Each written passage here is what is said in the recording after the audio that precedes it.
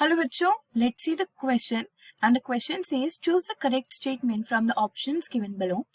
तो हमारे पास 4 statements है and from these statements we have to eliminate the wrong statements and keep with us the right ones. So now let's read the statements one by one. सबसे पहले तो हम देख लेते हैं इस क्वेश्चन का की कंसेप्ट क्या होगा. So key concept of this question is function and structure of plasma membrane. क्या होगा? We have function and structure of the plasma membrane जिसको हम PM से भी रिप्रेजेंट कर देते हैं, प्लाज्मा मेम्ब्रेन. तो देखते हैं सबसे पहले फर्स्ट स्टेटमेंट क्या है.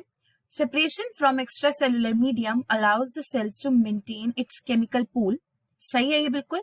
Orderliness of structure and reactions in contrast to disorderly distribution and randomly interacting molecules in extracellular medium.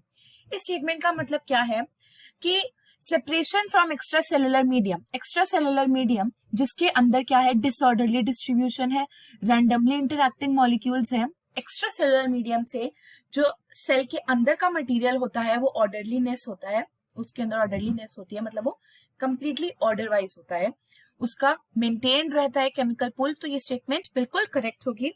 कैसे? हमें पता है कि सेल के पास प्लाज्मा मेम्ब्रेन में कुछ ऐसे प्रोटीन्स और हमारे पास कार्बोहाइड्रेट्स होते हैं जिनकी वजह से cell to cell recognition possible होता है. तो यहां देखते हैं the ability to distinguish different neighboring cells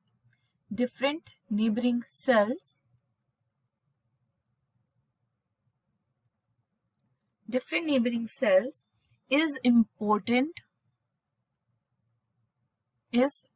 important for cell functions. क्या?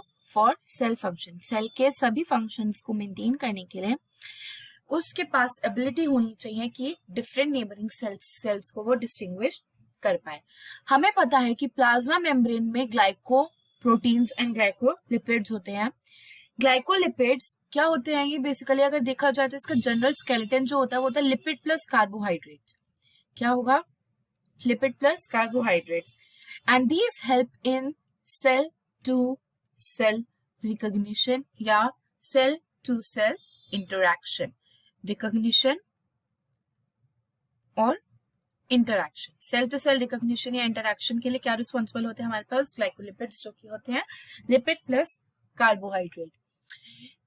Along with this we have plasmodesmatal connections होते हैं हमारे पास. क्या होते हैं? प्लाज्मोडेस्माटा कनेक्शंस होते हैं. ये प्लाज्मोडेस्माटा क्या करते हैं? These are the cytoplasmic connections. ये एक सेल के साइटोप्लाज्म को दूसरे सेल के साइटोप्लाज्म के साथ कनेक्ट कर पाते हैं ताकि वो कम्युनिकेट कर पाए. These are the cytoplasmic connections. Besides this we have junctions, cell junctions होते हैं हमारे पास. We have tight junction, gap junction, desmosomes, hemidesmosomes. There are various junctions जिनका different functions है. जैसे टाइट जंक्शन लीकेज वगैरह से प्रिवेंट करता है.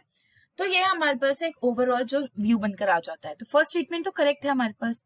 सेकंड है cell are enable to recognise one another due to presence of specific chemicals on their surface. तो यहाँ अनेबल नहीं, यहाँ एबल आना चाहिए था, है ना, क्योंकि स्पेसिफिक केमिकल्स जो यहाँ बात कर रहे हैं ग्लाइकोलिपिड्स एंड ग्लाइकोप्रोटीन्स की, उसकी वजह से तो रिकॉग्नाइज करते हैं. तो ये स्टेटमेंट रॉन्ग हो जाएगी. Next is cell of plant tissue are often connected with one another through cytoplasmic bridges called plasmodesmata. Correct है, ये हमने इधर देखा था, cytoplasmic connections होते हैं ये.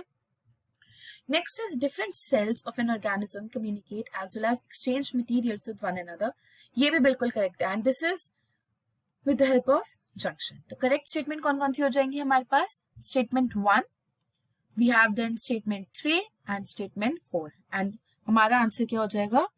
करेक्ट आंसर क्या हो जाएगा? Option C. I hope you all understood it well. Best of luck.